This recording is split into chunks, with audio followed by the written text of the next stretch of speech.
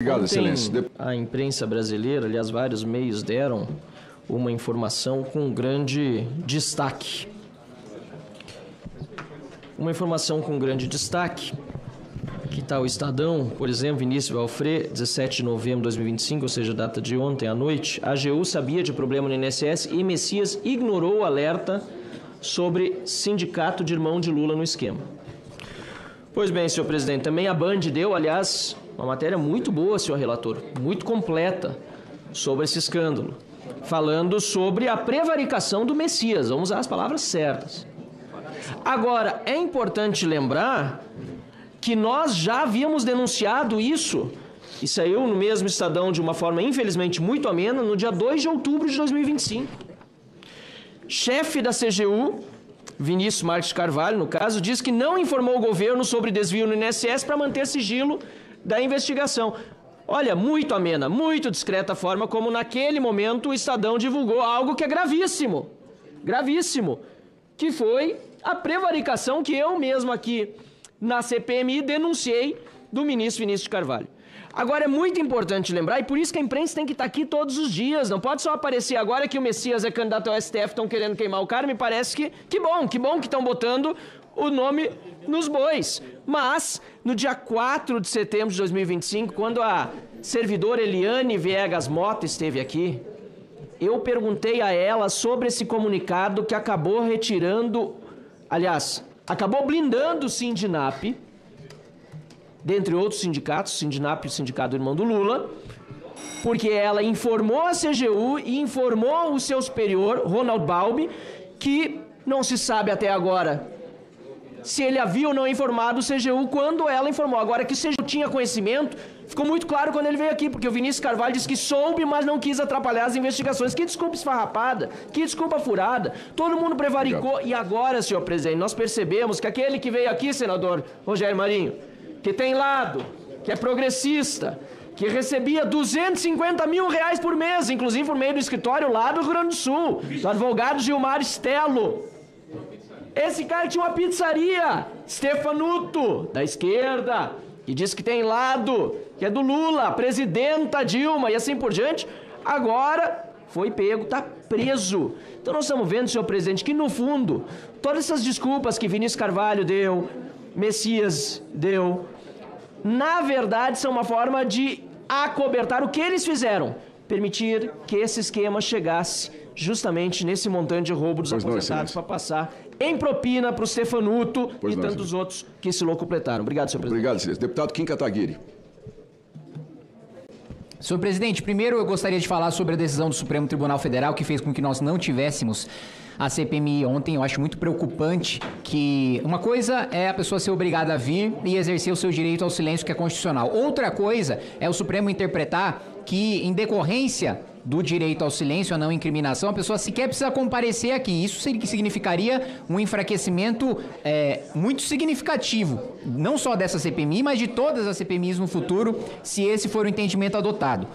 Sobre Jorge Messias, como foi colocado aqui, ele recebeu o alerta lá atrás de que a irregularidade no sindicato do qual o irmão do Lula é vice-presidente havia acontecido, não fez nada e, não satisfeito, depois que tinha elementos robustos, não incluiu o sindicato do irmão do Lula na ação que apresentou contra os sindicatos que estavam desviando, estavam fazendo os descontos associativos. Um dos primeiros requerimentos que eu apresentei a essa CPMI, presidente, foi justamente da convocação do ministro Jorge Messias, nem por isso, mas em razão do acordo que foi feito no Supremo Tribunal Federal, que retirou o direito dos aposentados de terem uma indenização por terem sofrido estelionato. Todo mundo que sofre qualquer tipo de estelionato no país tem direito a receber, né, 100%, não só aquilo que foi roubado, mas mais 100% desse valor como indenização, e esse direito foi retirado do Supremo Tribunal Federal com a anuência do Procurador-Geral da República, com a atuação do Advogado-Geral da União, com a anuência da OAB, e ninguém, basicamente todos aqueles que eram responsáveis por proteger os direitos dos aposentados, não fizeram absolutamente nada. Então eu acho fundamental que a gente convoque o Advogado-Geral da União nessa CPMI, mas não só isso. Aproveitando que eu falo aqui também com os senadores, nós temos a oportunidade, os senhores têm a oportunidade histórica de, pela primeira vez, barrar uma indicação ao Supremo Tribunal Federal de um presidente da República. O ministro Jorge Messias não tem nenhuma condição de ser ministro do Supremo. Primeiro, não tem nenhuma produção na área do direito relevante, nem do ponto de vista acadêmico, sua doutrina não é citada para nada, nem do ponto de vista da sua carreira como advogado público, absolutamente medíocre e incompatível para exercer um cargo na mais alta corte do país, sem falar que todos nós sabemos do porquê que Jorge Messias chegou na posição de advogado-geral da União, porque ele foi o responsável, o ajudante de ordens, responsável por levar o termo de posse para o Lula, assumir a Casa Civil à época no governo Dilma, para escapar da prisão, para escapar das investigações da Operação Lava Jato e, portanto, esse Senado tem o dever moral de barrar a indicação do ministro Jorge Messias. Muito obrigado, Excelência. Deputado Duarte Júnior. Presidente, agradeço Vossa Excelência por trazer esse assunto aqui. Acompanhei também pelas suas entrevistas em redes sociais e é um tema extremamente importante. E aqui eu trago uma grave denúncia. Acreditem, crianças com deficiência, crianças 7, 8 anos, já tem dívidas superiores a 30, 40 mil reais. Eu trago para ilustrar o caso da Clara, uma criança de 7 anos que tem trissomia do cromossomo 21, que tem uma dívida de mais de 39 mil reais. Isso porque, desde o ano 2022, 2023, o INSS passou a realizar empréstimos consignados, autorizar empréstimos consignados a crianças menores de idade, a crianças que bastavam postar uma selfie, indo além desse serviço de empréstimo consignado, mas também RMC, que é reserva de margem consignável, RCC, que é reserva do cartão consignado. E esse empréstimo, senhor presidente, Sim. ele utiliza um serviço que é lícito, um tipo contratual que é previsto pela lei, que são os empréstimos consignados, para fins de prática criminosa. Pasmem, uma criança de 39 anos, uma criança de 7 anos, tem uma dívida de mais de 39 mil reais. Uma criança que tem trissomia do cromossomo 21. É óbvio que o banco tem responsabilidade objetiva. É óbvio que, de acordo com o artigo 14 do Código de Defesa do Consumidor, há uma responsabilidade. Responsabilidade essa que é consagrada também pela súmula 479 do STJ. A sua sugestão, senhor presidente, de pedir a suspensão pelo prazo de 180 dias para verificar o que é o empréstimo lícito com o que é aquele empréstimo fraudulento, a suspensão desse pagamento se faz extremamente necessária. E é importante também, para além desse ofício, é importante também provocar a Câmara e do Senado, pois ambos têm legitimidade para ingressar com ações alegando a inconstitucionalidade. Podemos ingressar com uma DPF, uma ADI, que são mecanismos constitucionais fundamentais para proteger o cidadão alegando a inconstitucionalidade dessas práticas. Eu queria aqui também, senhor presidente, lembrar que na manhã de hoje, o presidente do Banco Master, o Daniel Boccaro, que tem o requerimento da minha autoria, o requerimento 14499, esse requerimento de convocação do Daniel Boccaro, que ainda não foi apreciado, importante ser apreciado nessa próxima fase da CPMI, ele acaba de ser preso pela Polícia Federal, juntamente com seu sócio, por fraude de emissão de títulos de crédito. Lembra também que o Eli Cohen, ele no momento do seu depoimento, ele trouxe aqui essas informações dos contratos fraudulentos. E é por isso que aqui eu reforço a necessidade de suspensão desses pagamentos pelo prazo de 180 dias e quero também sugerir a participação de 2 especialistas aqui nessa comissão, Pois não, Excelência. como a Yasmin Melo, que é especialista sobre essa questão relacionada ao empréstimo consignado, e também o professor Cristiano Sobral, especialista na área da defesa do consumidor, para poder nos auxiliar nessas investigações. Obrigado, Excelência. Deputado Paulo Pimenta. Senhor presidente, Sim, senhor. está evidente aqui hoje uma ofensiva, né? Silêncio, por favor. Uma campanha de mentiras aqui por parte da oposição. E claramente uma das linhas da ação é uma campanha contra o ministro Messias, certamente pela especulação que tem na imprensa de que ele possa ser indicado para o Supremo Tribunal Federal. É mentira tudo que foi dito até aqui. Tudo que foi dito aqui é mentira, presidente. Aliás, eu nunca vi tanto mentiroso junto como tem aqui dentro dessa comissão indicado pela oposição. Escolheram os que melhor sabem. Não, Coronel Fernanda, por gentileza. Não vou aceitar. Coronel Fernanda, por gentileza. Se alguém... Por gentileza, não, Coronel Fernanda, por gentileza, Coronel, por gentileza. Não, Marcelo não é aqui não, Coronel. Por favor.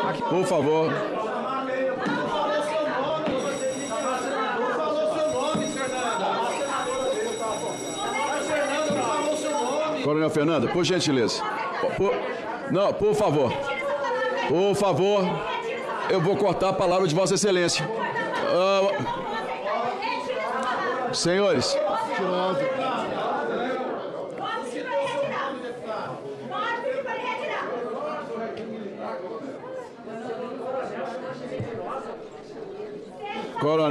Coronel Fernanda.